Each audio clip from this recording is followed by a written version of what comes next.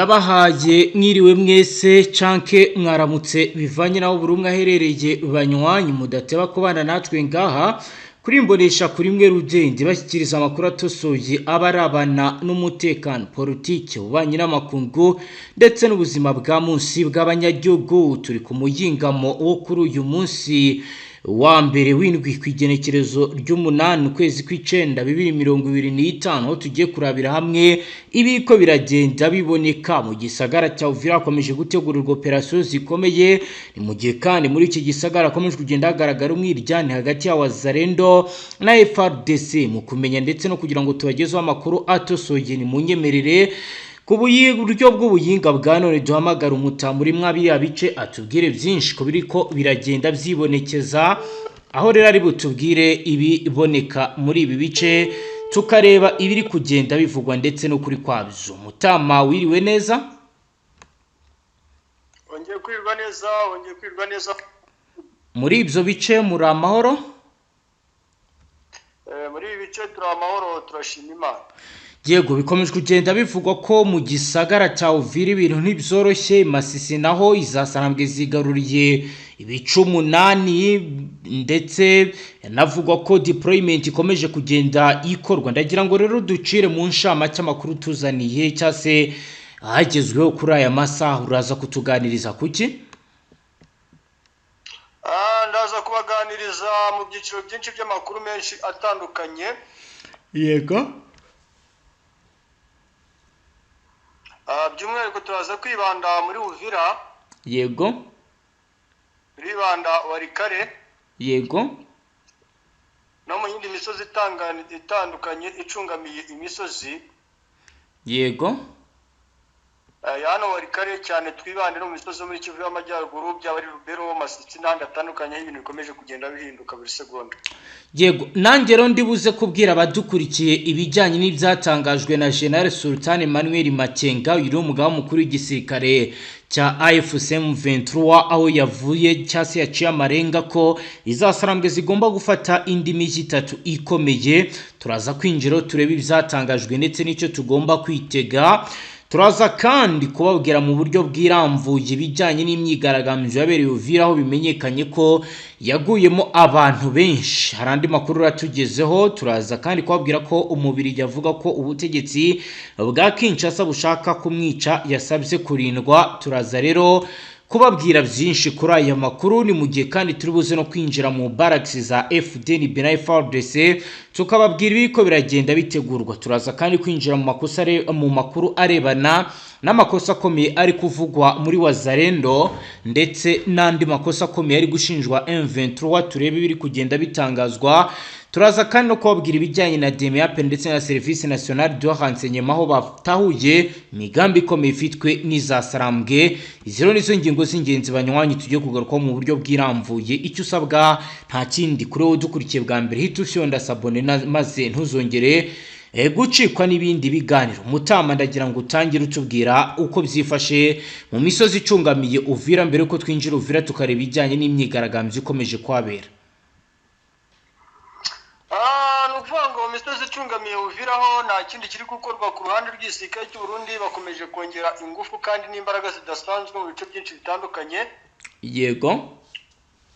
Nukuvuga ngo imisozi ya Uvira itandukanye nka hano za Kinigi, mu misozi ngira ngo dukunze kugarukaho cyane, mu misozi ya hariya za Bugoroko, mu misozi ya hano mu byerekezo byegereye neza ikiyaga cya Tanganyika, za Muheto, Katongo, Gomba ndetse na Kirungwe.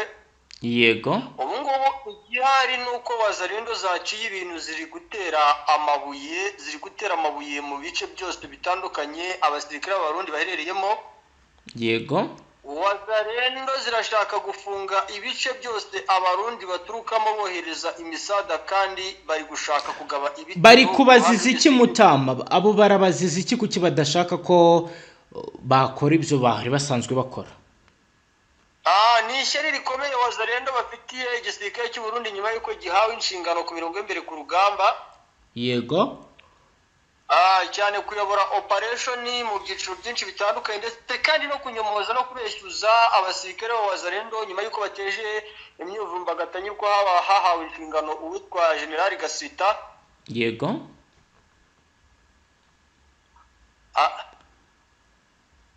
Anga igisirikare cy'u Burundi cyo kirabwira Wazalendo ko ntacyo bitwaye n'ubundi nuko uno mugabo yarazanwe ku mirongo y'embere ku rugamba ngo ntacyo bivuze kuko n'ubundi urugamba cyane cyane riyobowe n'igisirikare cy'u Burundi. Yego.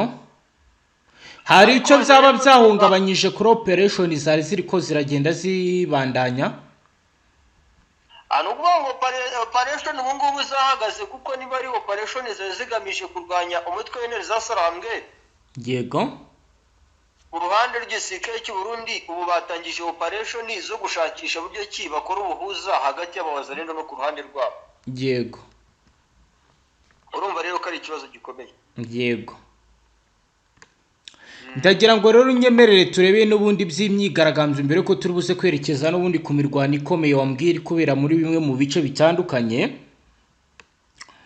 Aho rero kuri uyu munsi wa mbere w'indwi ku igenekerezo rya 8 ukwezi kw'Icyenda 2025 muri Uvira muri Kivu y'Amajyepfo, Wazalendo hamwe n'imiryango itegamiye kuri leta bateguye imyigaragambyo yo kwirukana General Gasita. Biba ngombwa ko FARDC itatanya bari bari mu myigaragambyo ndetse bikaba bivugwa ko hari n'abantu nibura 5 bamaze kuba bahasiga ubuzima. Ni imyigaragambyo yateguwe mu rwego rwo gusaba ko General Olivier Gasita yoherejwe na FARDC gukorera muri iki gisagara nka komanda wungirije ushinzwe ubutasi mu karere ka 33 twa gisirikare yahavanwa kuko batamushaka. Imyigaragambyo yo kwamagana umuyobozi wa FARDC yashyizweho n'abayobozi ba Kinshasa ikaba yabaye mu gihe FARDC yatanze ibisobanuro kwishyirwaho rye kuri uyu umwanya ndetse no ko bakomoza no kuri Gasita bavuga ko ari umuntu ukunda igihugu cye iyo bitaba ivyo atari koherezwa. Mbo barakomeza nkuko ro bigaragara biravugwa kandi ababazarendo ko bavuga ko bafite ibimenyetso bigaragaza ko yagize uruhare rukomeye mu ifatwa rya Bukavu kandi bizeye ko azatuma uyu mujyi nawo ufatwa. Amafoto ya mbere yashyizweho agaragara y'imyigaragambyo aragaragaza abantu bafite icyapa cyanditseho amagambo agira ati Gasita subira iwanyu Uvira ntitugushaka. Ngayo nguko rero ni ibiri kubandagira ngo tujane n'ahandi hazindutse humvikana ibituruka. Mutamura twumva? Yego ndabumva cyane. Yego. Anukuvuga ngo ikiri kugaragara kandi ikiri kumvikana cyane ni imisozi ya hano muri Sud Kivu cyane cyane agace kitwa Kingwengwe. Yego. Habayemo imirwano hagati y'Abawazalendo ndetse no ku ruhande rw'intare zasarambwe.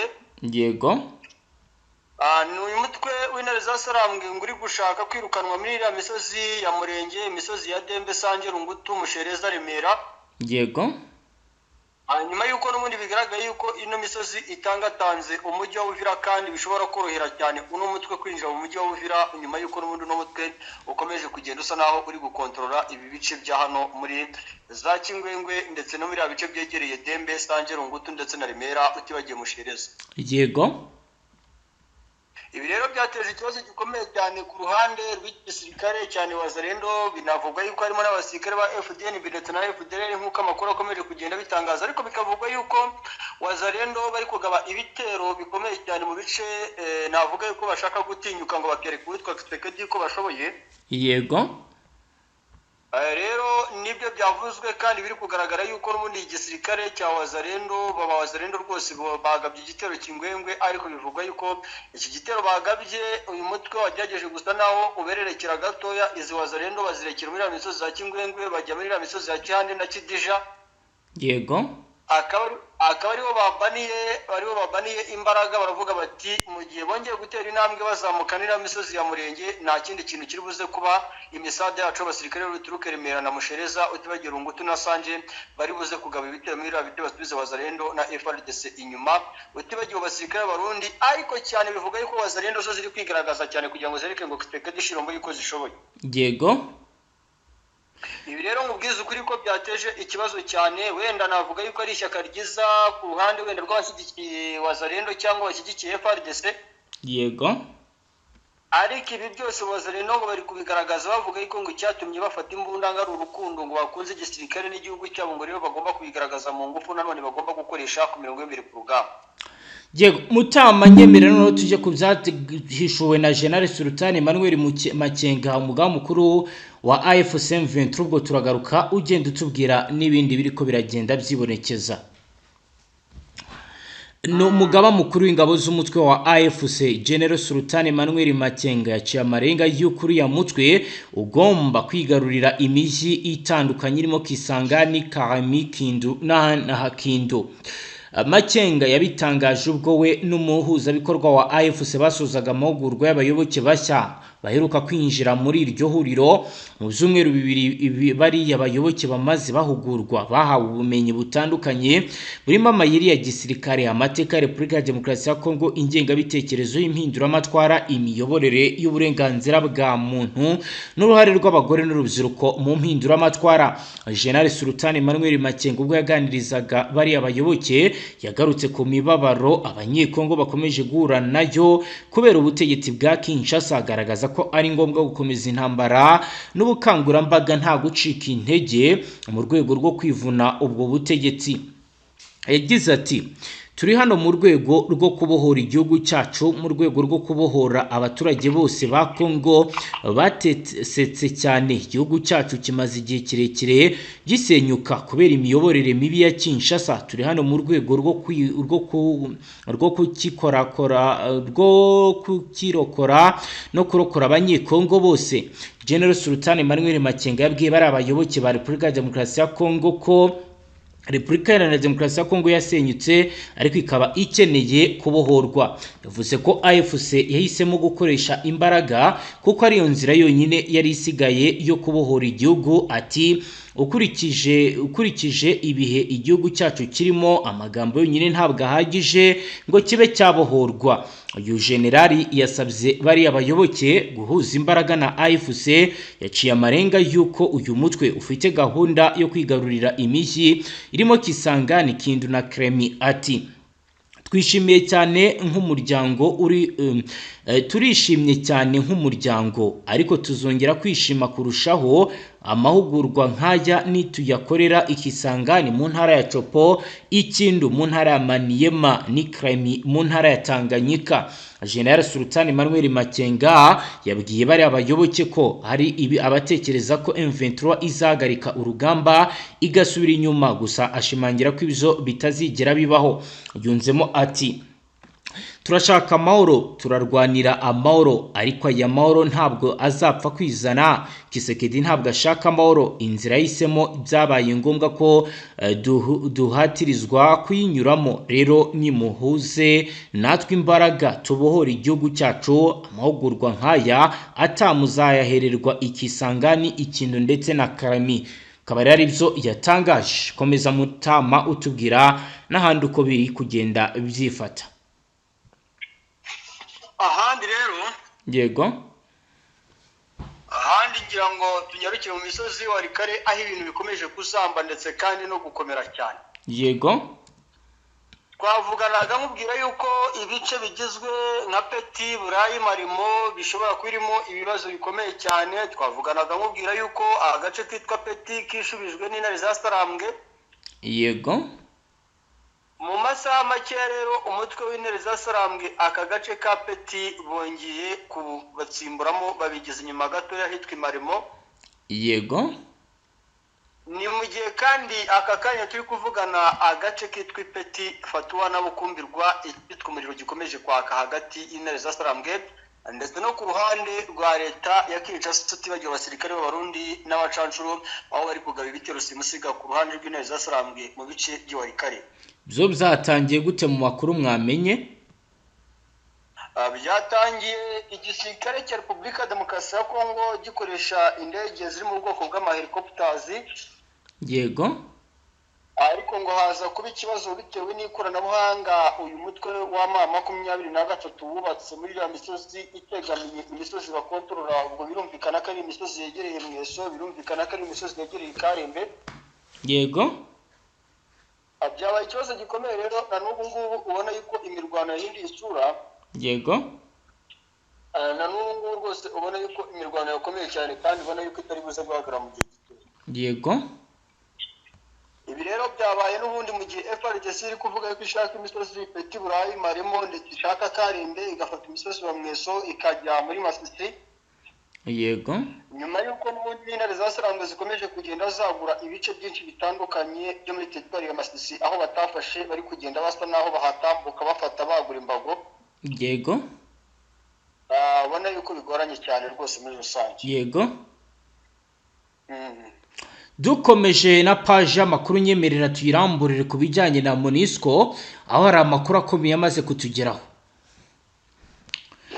Ni umunyamabanga mukuru w'umuryango w'abibumbye wungirije Jean Pierre Lacroix yatangaje ko Perezida wa Repubulika Iharanira Demokarasi ya Congo Felix Antoine Tshisekedi Tshilombo ashyigikiye ko ingabo ziri mu butumwa bwa MONUSCO bwo kugarura amahoro muri iki gihugu cye zahaguma. Ibi rero Jean Pierre Lacroix yabigarutseho mu kiganiro yagiranye n'itangazamakuru ku igenekerezo ry'indwi kwezi kw'icenda 2025 mu gace ka Ibeni mu ntara ya Kivu y'Amajyaruguru. Uyu mugabo ari mu ruzinduko muri Repubulika ya Demokarasi ya Kongo kuva ku itariki 3 z'ukwezi kw'icenda 2025. Yavuze ko yaganiriye n'abayobozi b'iki gihugu barimo abayobozi b'ibihugu bitandukanye, harimo rero Perezida Tshisekedi, Minisitiri w'Intebe Madamu Judith Suminwa, bamubwiye ko bashaka ubutumwa bwa MONUSCO ko buzakomeza. Ati ubutumwa budaca ku ruhande nahawe na Perezida wa Repubulika Iharanira Demokarasi ya Kongo ndetse na Minisitiri w'Intebe nuko ubuyobozi bwa Repubulika ya Demokarasi ya Kongo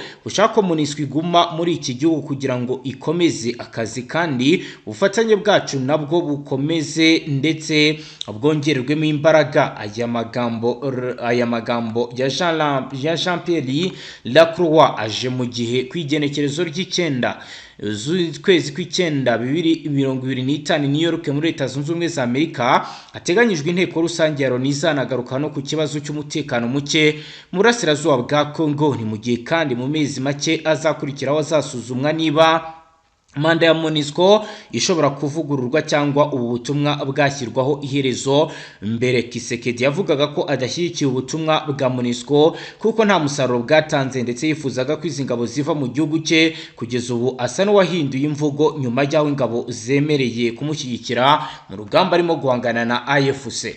Mutama ndagira ngo uduhe commentaire, abaturage bo bavuga iki kuri MONUSCO kugeza ubu? Abaturage ba Repubulika ya Demokarasi ya Kongo, bwana munyamakuru. Yego. Ikintu bavuga ku ruhande rwa MONUSCO, iyi ni MONUSCO yagiye igaragarwaho n'ibikorwa byo kubogama.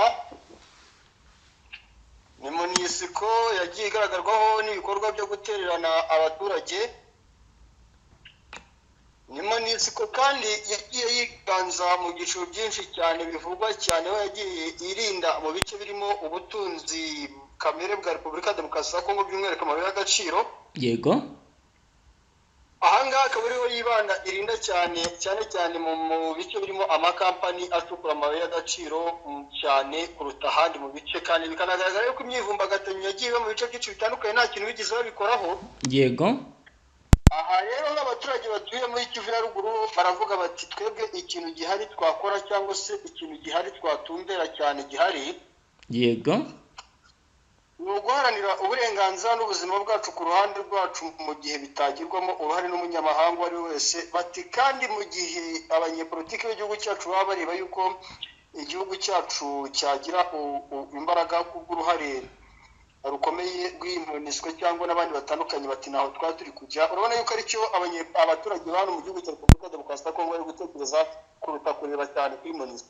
Kandi ndetse natwa hariya za Shabunda ndetse na Pinikusi, mu gihe abo basirikare baba bahari tayari birumvikana yuko ukuboko kw'iburyo bariyo, ukuboko kw'ibumoso bariyo. Umujyi uyu mutwe w'abandi gusa naho utangatanga ibice byinshi by'ingenzi birimo amashyamba. Ibi rero nibyo byatumye igisirikare cy'u Burundi kiri kuvuga yuko kiri kurwana urugamba rudasanzwe kandi bakazana abasirikare abinoranwa kandi bateguye ku rwego rudasanzwe. Bigaragara yuko ibintu bigiye gukomera cyane kandi bigiye guhindura isura.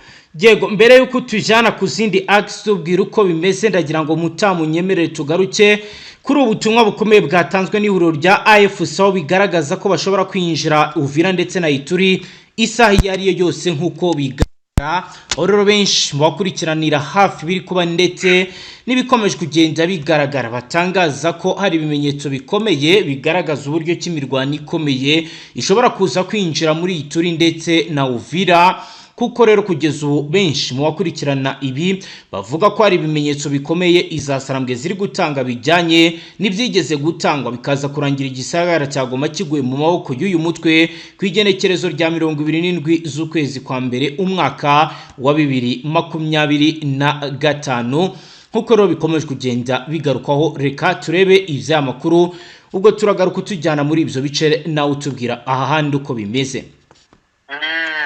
Umutwe wa FC warahiriye ko utazihanganira imvugo z'urwango ndetse n'ibyaha by'urwango bikomeje kugenda byibasira bamwe mu banyekongo. Ihuriro rirwanya ubutegetsi bwa Repubulika Iharanira Demokarasi ya Kongo ryaciye rero ya Mayirenga binyuze ku muvugizi wayo Alliance Fleuve Congo Bwana Lawrence Kanyuka yatangaje ko ingabo za leta ya Kongo FDLR wazarendo n'ingabo z'u Burundi bikomeje gukwirakwiza imvugo z'urwango zishishikariza abantu gukora ibyaha. Ati AFC mu 23 ntizongera kwihanganira imvugo z'urwango zikomeje kwiyongera muri Uvira, Ituri n'ahandi hose muri Repubulika ya Demokarasi ya Kongo cyangwa ibyaha bizikomokaho. Kanyuka yasobanuye ko mu gihe imvugo ziyongera izi ngabo zikomeje gutegura no kugaba ibitero mu bice bituwe cyane zikica abaturage abandi benshi bagahunga. AFC yasabye ko ihuriro ry'ingabo za leta ya Kongo zigomba guhagarika imvugo zibiba urwango no gutsemba ubwoko muri Uvira na Ituri, bamenyesha umuryango mpuzamahanga ko udatabara ibi biri mu guteza kaga ndetse bikaba rero bigaragaza ko batari kubahiriza inshingano. Iri huriro ryagaragaje ibikorwa byose birenga ku mahame yasinyiwe Doha muri Qatar ku igerekerezo rya 19 Mukakaro 2025 no gucejeka bigomba kwihanganirwa. Muri Uvira hakomeje ibikorwa by'ubugizi bwa nabi bikorerwa abanyamurenge nkuko AFC bivuga. Muri Ituri naho abahimba bahatuye bakomeje kwibasirwa n'abavuga ko babwirwa ko atari abanyekongo. Abaturage baratabarijwe kenshi ariko babuze gitabara nkuko AFC iriko iragenda ibisigura.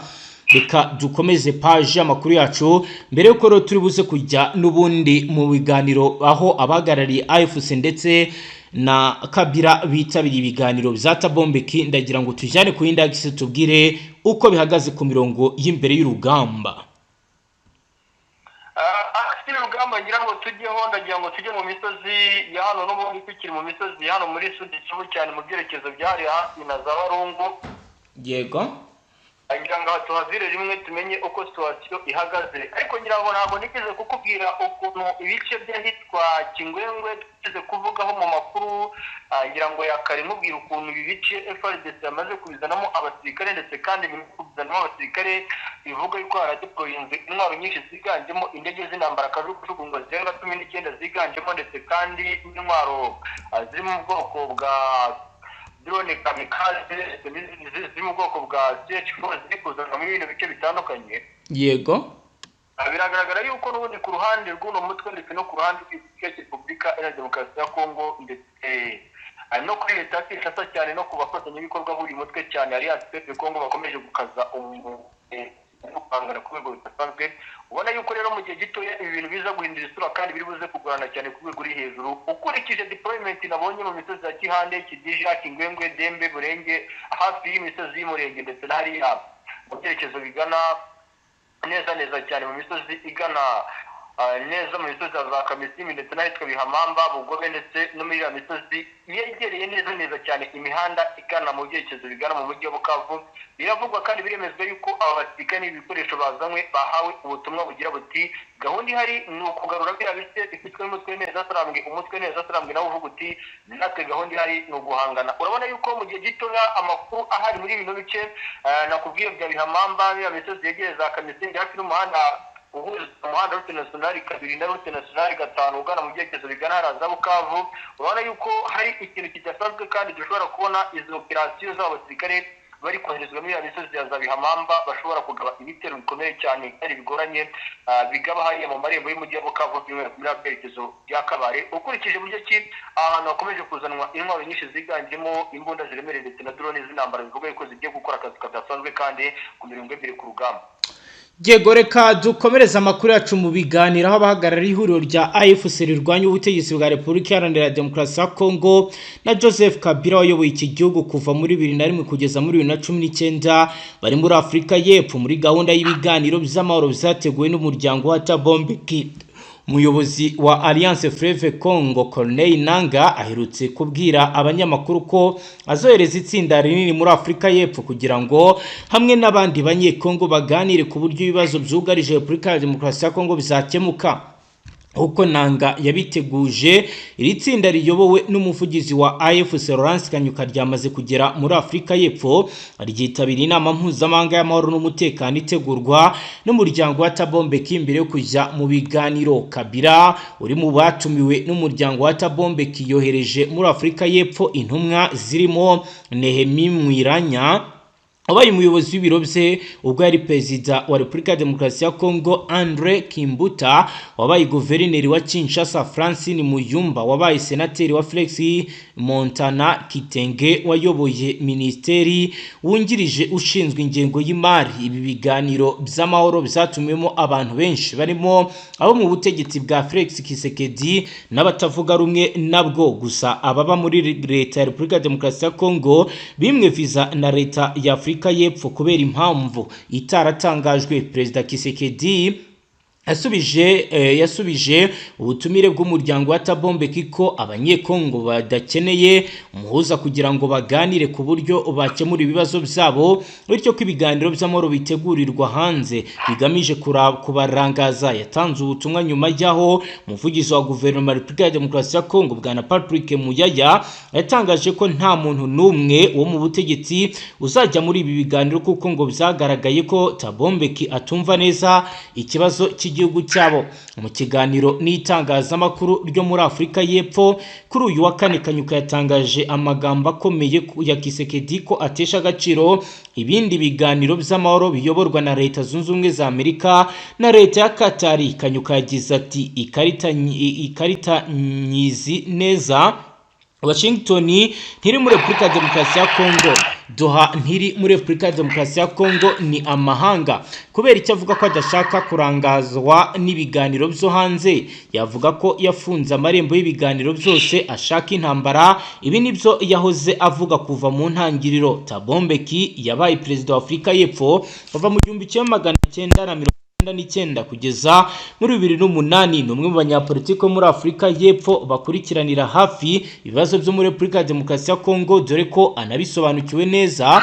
Kuri ubu rero bikaba bigaragara ko ibikomeje kugenda biba ndetse n'ibivugwa byose bitari gutanga igisubizo kuri Tshisekedi, kuko bibona ko ari ibintu bigamije kuba bizatuma habaho kurangara gukurikirana ibibazo abanyekongo bo ubwabo bifitiye. Ngayo nguko rero komeza utubwira n'ahandi ibiri kubera ku mirongo y'imbere y'urugamba mbere ko turi buze kujya no mu biganiro byahuje intumwa z'u Rwanda ndetse n'iza Repubulika Iharanira Demokarasi ya Kongo. Ni ukuvuga ngo ikindi kintu gihari tukiri mu misozi itandukanye yaro muri Sudi Kivu cyane, ndagira ngo tujye mu misozi yitwa Kashongerwe, tujye mu misozi yitwa Karambi, tujye ahitwa Tandoba muri Warungu hafi y'umuhanda nationali 5 ugana mu byerekezo ubuhuza bw'umuhanda nationali 2 ugana mu byerekezo bya Budodo na Gombe. Yego, hari ikitwa imirwano idasanzwe yabayeho yaje gusakiranya igisirikare cyawo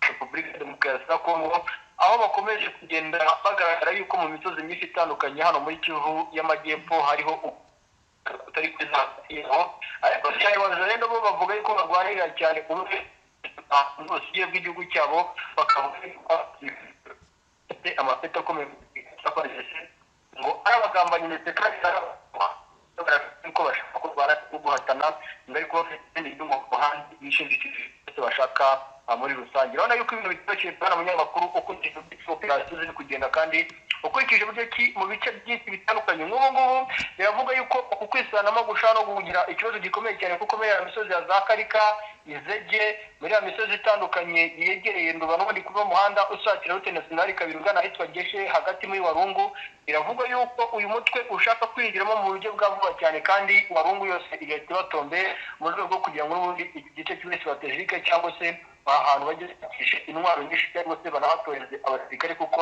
bigaragara ko hari ubutaka bwiza kandi bushobora kuba bwabafasha gutoza abasirikare no kwaziburira imbunda mu rwego rwo kugira ngo zijyane muri operation zitandukanye.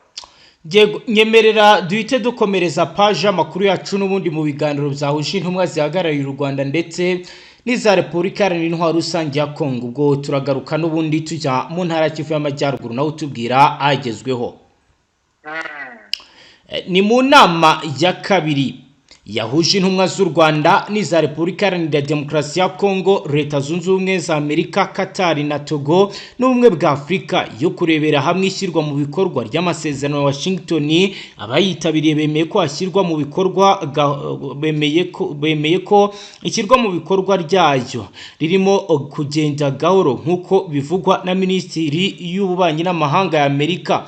Ayo masezerano yashyizweho umukono ku igenekerezo rya 27 z'ukwezi kwa Ruheshi 2025 akubiye mu ngingo 9. Inkuru zirimo no kutavogera ubusugire bwa Repubulika ya Demokarasi ya Kongo n'ubw'u Rwanda no guhagarika imirwano, guhagarika kuvana ingabo mu bikorwa mu buryo buhuriweho bwo kurandura umutwe wa FDLR, guhagarika ubufasha bwa leta muri uwo mutwe hamwe no gucyura impunzi. Iyi nama yo kuwa gatatu yemeje ko hari ukugendana buhoro buhoro mu gushyira mu ngiro zimwe mu ngingo z'amasezerano nko mu biganiro by'inama ihibanzwe mu gukemura ibibazo bituma ibyo bitaba, birimo imirwano ivugwa mu burasirazuba bwa Kongo nk'uko bitangazwa na leta ya Amerika. Muri iyi nama kandi leta y'u Rwanda n'iya Kongo bongeye gushimangira ubushake bwazo bwo kwihutisha gucyura impunzi nk'uko babyemeje mu nama zahuje izi leta n'ishami rya Loni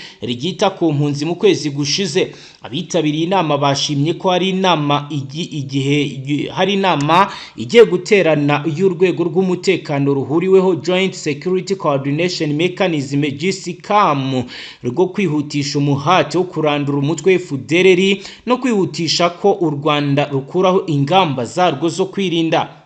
Leta ya Kinshasa, UN, ibihugu bimwe byo mu burengerazuba bw'isi bivuga ko u Rwanda rwohereje ingabo ibihumbi muri Repubulika Iharanira Demokarasi ya Kongo gufasha umutwe wa M23. Ibyo leta y'u Rwanda ihakana, ikavuga gusa ko yafashe ingamba zo kwirinda. Leta ya Kigali, UN n'ibihugu bimwe na bimwe byo mu burengerazuba bw'isi biremeza kandi biravuga ko leta ya Kongo ifasha umutwe wa FDLR. Ibyo Kinshasa ihakana. Muri iyi nama intumwa za Kinshasa nta politiki yo gufasha FDLR kandi zemera ko ari ingenzi gufata ingamba zifatika nk'izo. U Rwanda narwo rwemeye kubahiriza ubusugire bw'imbibi za Kongo no kuba ari ingenzi ko ibikorwa byarwo bigendana nuko bubahiriza ubwo busugire kuko leta ya Amerika ibivuga.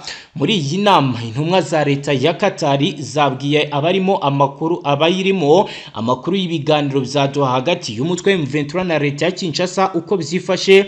Zivuga ko ibyo biganiro ari ingenzi cyane ku kugera ku mutekano mu burasirazuba bwa Kongo. Itangazo rya Minisiteri y'Ububanyi n'Amahanga ya Amerika ntirivuga birambuye ayo makuru yatanzwe. Radio Kapi, radio mpuzamahanga RFI iravuga ko amakuru yamenye ari uko impande zombi idoha zisa nizananiwe gutera intambwe ifatika mu biganiro biganisha ku masezerano y'amahoro nyuma y'ibyumweru hafi bitatu babisubiyemo. RFI iravuga ko impande zombi zaheze ku ngingo zo kugirana icyizere, by'umwihariko ingingo ikomeye yo kurekura imfungwa ku mpande zombi ikaba rero itari kuvugwaho rumwe. Mu gihe AFC ivuga ko hari abarenga 700 bagomba kurekurwa na Kinshasa akabanza gusuzumwa intonde n'amazina yabo zikemezwa n'impande zombi. Kinshasa nayo ivuga ko hari abasirikare barenga 300 bari mu mutwe urinda umukuru w'igihugu bafunzwe na AFC bagomba kurwa. Impande zombi zigomba kubanza kumvikana kuri iyi ngingo hamwe n'izindi mbere yo gukomeza ibiganiro nk'uko RFI ikomeza ibivuga.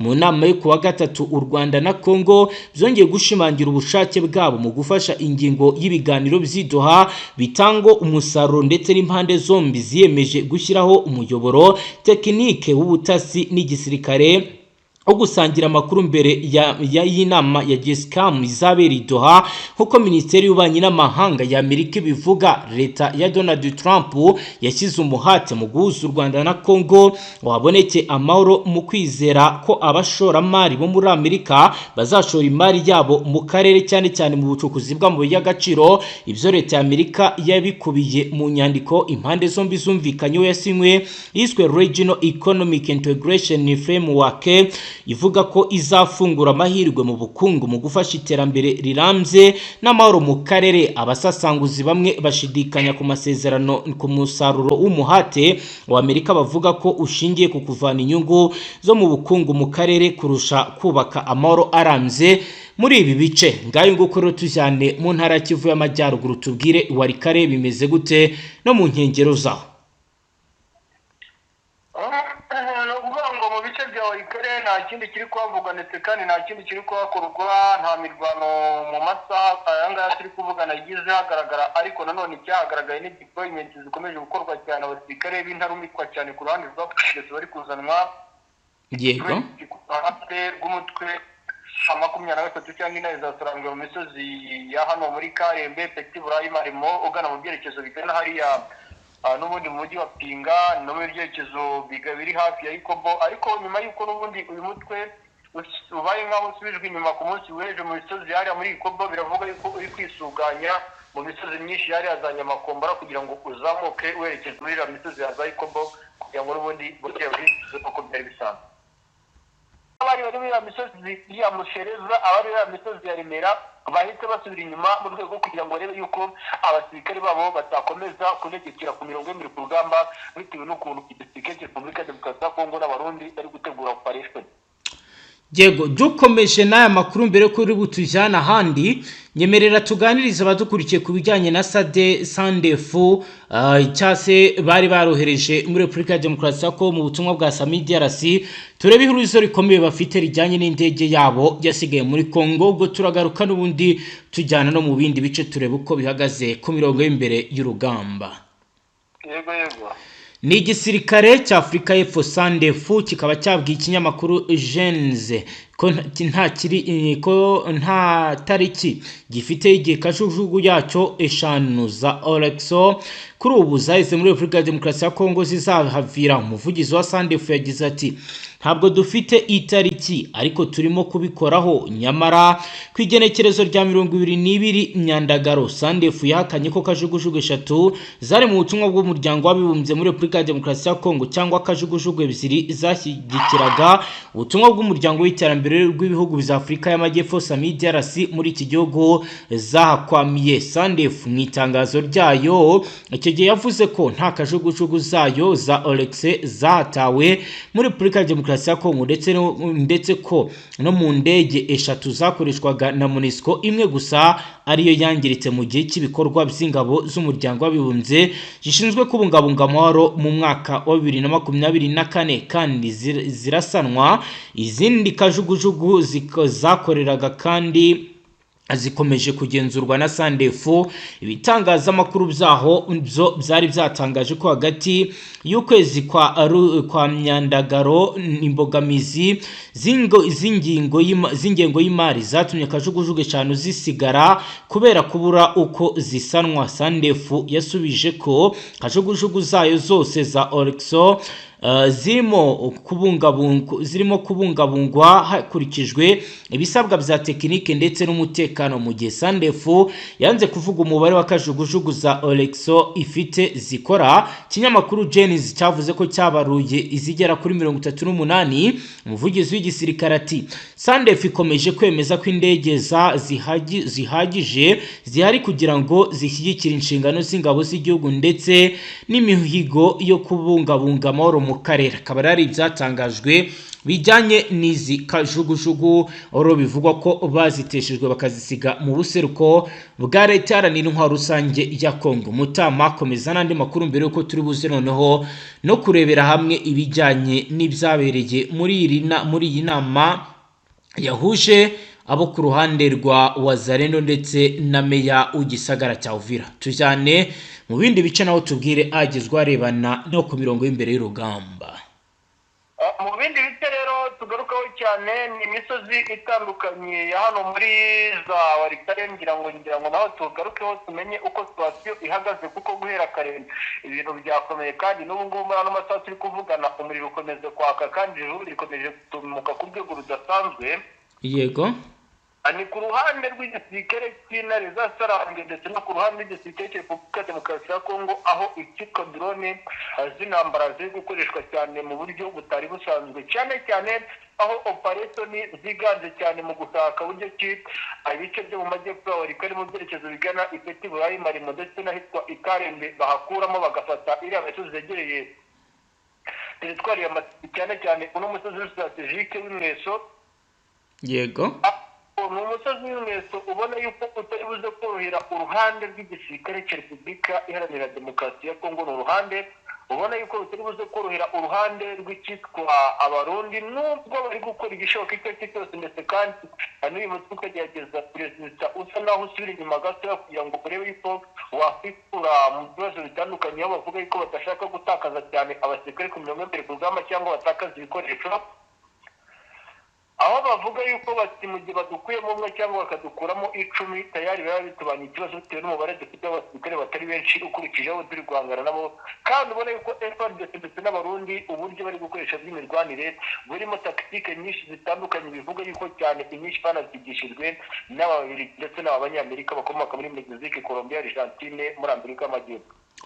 yego, dukomeje amakuru reka tuyakomereze n'ubundi mu Buvira turebe ibiriko biragenda bivugwa, aho meya umujyi wa Uvira mu ntara Kivu y'Amajyepfo Kifala Kapenda Kikuvi yatumiye mu nama y'igitaraganya yatumije inama y'igitaraganya nyuma y'uko abarwanyi b'ihuriro rya Wazalendo bakoze imyigaragambyo kwamagana icyemezo cya Perezida Felix Antoine Tshisekedi wa Repubulika na Demokarasi ya Kongo cyo kohereza Brigadier General Olivier Gasita mu Kuboza muri 2024, aho Perezida Tshisekedi yagize Brigadier General Gasita umuyobozi wungirije w'akarere ka gisirikare ka 33 ushinzwe ibikorwa bya gisirikare n'ubutasi. Ibiro bye byagombaga kuba biri muri Uvira kuva ku itariki ya 2 z'ukwezi kw'icyenda kugeza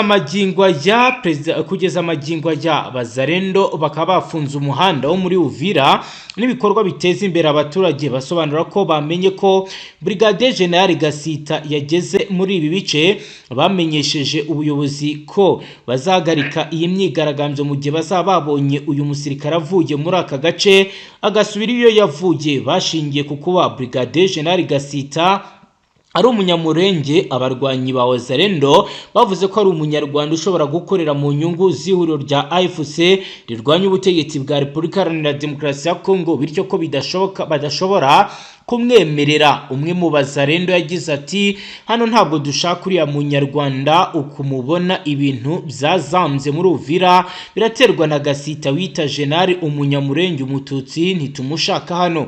Uwita General René Intongwa yavuze ko Brigadier General Gasita afite imyumvire ya M23, bityo ko ariyo mpamvu Wazalendo yamwanze. Ati, ejo twaganiriye na komanda w'akarere tumubwira ko tudashaka Gasita, tumubwira ko agomba kugenda. Brigadier General Gasita aracyari muri Uvira. Abarwanyi ba Wazalendo nabo bakomeje imyigaragambyo isaba ko agenda. Meya Kifara kuri uyu wa 4 yatangaje ko bibabaje kuba ibikorwa byo muri uyu mujyi bizahagaritswe n'abanze icyemezo cya Perezida. Yagize ati, birababaje ko mu minsi 2 twabonye ihagarikwa ry'ibikorwa mu mujyi wa Uvira nyuma yo kwanga icyemezo cy'umuyobozi w'ikirenga Perezida Tshisekedi Chirombo hatabayemo kuvugana n'abayobozi b'inzego z'ibanze. Meya Kifara yasabye ko hategurwa inama yihutirwa yiga kuri iki kibazo, by'umwihariko ibibazo bibera mu cyumba cy'inama y'umujyi wa Uvira. Ikaba yabaye iziri buze kuba mu gitondo cy'ejo kwa 5 Wigenekerezo rya 5 ku kwezi kw'icyenda. Yibutsa abanyekongo ko bakwiye kubaha inzego z'igihugu na Perezida wacyo. Umuvugizi wa guverinoma y'u Rwanda Yolande Macron yatangaje ko imiryango mpuzamahanga ikwiye gufatira urugero ku ivangura riri gukorerwa Brigadier General Gasita mu gukurikirana ndetse no kwerekana ibikomeje kugenda bibera muri aka karere. Nk'uko rero bigaragara, yagize ati aya ni amakuru y'ingenzi kandi y'impamo akeneye kwitabwaho byihutirwa, cyane cyane n'imiryango yo mu karere na mpuzamahanga ikora raporo ku kibazo cyo mu burasirazuba bwa Kongo. Wazarene n'imitwe bakorana barimo FDL n'ingabo za Repubulika ya Demokarasi ya Kongo n'iz'u Burundi bizamunzwe n'urwango bafitiye abantu bose bo mu bwoko bw'abatutsi umunsi ku wundi, bakaba rero babafatanya kubagirira nabi nk'uko biriko biragenda bitangazwa. Bikavuga ko kuri ubu ngubu umutekano ukomeje guhungabana ku giti gira intangere. Tujyane no mu bindi bice udishusho dukomeze turebera hamwe amakuru akomeje kugenda avugwa. Mutama nubwo mu bindi bice igihari cyane ni ku ruhande rw'uyu mutwe w'intare zasarambwe, aho uri gukora deployment cyane ku ruhande rw'abakuzanwa muri Kivu y'Amajyepfo. Yego, ni ibice bari kuzanamo abasirikare cyane cyane ni iriya misozi yegereye ahitwa Kamandiora, ni imisozi ya Mubasho, ni iriya misozi ya Kabare, hafi y'iriya misozi ya za Shabunda, neza cyane mu cyerekezo kigana n'ubundi hariya muri za Uvira ahitwa IPN kusumunari amashyamba. Bivuga yuko afungaye cyane ku cyitwa ry'agaciro. Biravuga yuko uyu mutwe watangiye kuhagira amajanja, bikavuga yuko ari idasanzwe iri gutegurwa n'uruhande rw'igisirikare cya Repubulika Demokarasi ya Kongo, n'uruhande rw'igisirikare y'indege za drone igiye gusubiza inyuma iki gisirikare bwo kugira ngo rebe uburyo gutanga uyu mutwe ukazabona uko witirira imisozi itandukanye muri biriya byerekezo bigana muri Uvira hafi y'iyo misozi n'ubundi yegeranye na biriya n'ubundi. Mutama, ko numva telefone yawe icika, ntabwo ndi kubasha kukumva neza. Mu gihe ku murongo wa telefoni tutabasha gukomeza kumwumva, ni munyemerere dukomeze na page y'amakuru yacu tuje kubivugwa, aho umunyamabanga wungirije wa MONUSCO agarutse muri Repubulika ya Demokarasi ya Kongo ku nshuro ya gatatu mu mwaka. Bikaba rero bifite aho bihuriye n'ibimaze iminsi bigaragara. Reka dukomeze turebera hamwe ibiriko biragenda bivugwa kuri iyi ngingo, aho umunyamabanga wungirije w'umuryango w'abibumbye ushinzwe ibikorwa byo kubungabunga amahoro Jean Pierre Lacroix ari muri Repubulika Iharanira Demokarasi ya Kongo kuva kuri uyu wa gatatu ku itariki ya gatatu z'ukwezi kw'icyenda 2025 nk'uko byatangajwe na MONUSCO. Uruzinduko rw'akazi rukurikiye uruzinduko yakoze muri iki gihugu mu kwezi kwa kabiri n'ukwa gatatu, kandi bikavuga ko rugamije gushimangira ubushake bw'umuryango w'abibumbye mu gushyigikira inzira yo gushaka amahoro ikomeje muri Repubulika Iharanira Intwaro Rusange ya Kongo. Mu ruzinduko rwe i Kinshasa kuva ku wa kane, Lacroix azabonana n'abayobozi bakuru b'igihugu barimo Perezida wa Repubulika Iharanira Demokarasi ya Kongo Felix Antoine Tshisekedi, Minisitiri w'Intebe Madame Judith Suminwa. Azaganira kandi n'abahagarariye amashyaka atavuga rumwe n'ubutegetsi ndetse n'amadini ku bigezweho mu rwego rw'umutekano ndetse n'ibikorwa bya MONUSCO. Uruzinduko kandi ruzakomereza muri Bunia mu ntara y'Ituri yugarijwe n'ibikorwa by'imitwe yitwaje intwaro, aho uyu muyobozi mukuru muri Loni azahura n'abayobozi b'intara bashinzwe umutekano, abahagarariye societe civile, abaturage n'abakozi ba MONUSCO. Biteganyijwe ko kandi azasura n'ikigo cya MONUSCO kiri ahitwa muri Fataki mu gihe uruzinduko rwe muri Repubulika ya Demokarasi ya Kongo ruzarangira ku cyumweru ku igenekerezo rya 7 z'ukwezi kw'icyenda 2025. Mutama, wakomeza utubwira n'andi makuru numvaga mu mwanya telefoni yawe iriko iracika. Anukuvanga mu makuru mfite aka kanya ni deployment ziri gukorwa ku ruhande rw'uyu mutwe mu misozi yahariya muri Sud Kivu, cyane cyane mu misozi mu Moshoka banyura mu misozi yigera hariya neza cyane mu majyepfo y'umujyi wa Bukavuga, mu byerekezo byo muri hafi neza cyane hafi ya Sud Kivu, hafi y'iriya misozi ya Pinikusi ndetse na hariya muri Shabunda. Bivuga yuko ikomeje kuzana abasirikare, ariko ikavuga yuko nubwo ibi byose bikomeje kugenda bikorwa ku ruhande rw'igisirikare cya Repubulika Iharanira Demokarasi ya Kongo no ku ruhande rw'abafatanyabikorwa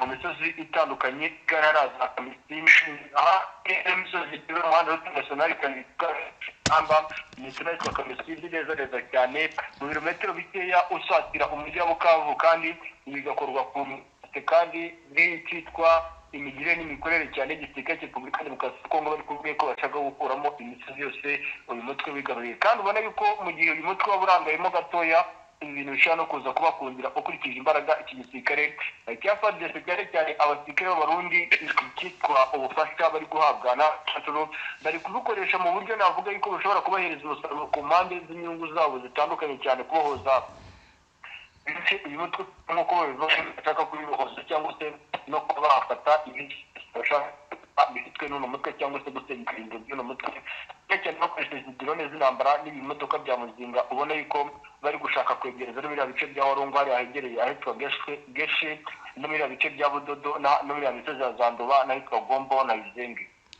Naho mu ntara Kivu y'Amajyaruguru ho ayoboye ayandi aravuga iki? Kivu y'Amajyaruguru ho nta kindi kiri kuvugwa cyane, naho ni deployment karabutaka muri la misozi ya za deployment hari hafi misozi igira hitwa Kinyambuhu ndetse na Kagera. Impamvu ile misozi deployment ari ukorwa Kinyambuhu na Kagera haraza Nyamirima ntara hafi ya misozi yegereye neza cyane mu byerekezo bigana hariya za Rwindi muri ya misozi itegamiye ikiyaga cya Edouard hari hafi agira misozi za Visumbi. Nuko biri kuvuga yuko hari ikitwa deployment ziri gukorwa mu misozi y'Ibeni nari Ibutembo aho bashaka kugaba igitero batangatanze uyu mutwe cyane kanavuga yuko ikiyaga cya Edouard gishobora gukoreshwa n'imbere yo kugaba igitero mu bice uyu mutwe ufite byaro muri Kivu y'Amajyaruguru, kandi bishoboka cyane ngo bitewe n'imyiteguro yamaze gukorwa cyane ku basirikare b'abahanga mu kurwanira amazi iganje abarundi benshi ndetse n'abakancuro bivuga ko bafite ubuhanga bukomeye kurwanira amazi n'intwaro zidasanzwe zamaze kuzana. Mutama, reka tugushimire cyane dusoreze ngaha. Murakoze cyane. Namwe banywanyi mudateba kubana natwe ngaha kuri Imbonesha kuri mwe rugende bashyikiriza amakuru atosoje abarabana n'umutekano, politiki, ubanyi n'amakungu ndetse n'ubuzima bwa munsi bw'abanyagihugu. Reka tubashimire cyane wowe dukurikiye bwa mbere witushyonda sabone kugira ngo ntuzongere gucikwa n'amakuru ndetse n'ibiganiro tubashyikiriza ngaha. Hasta la vista.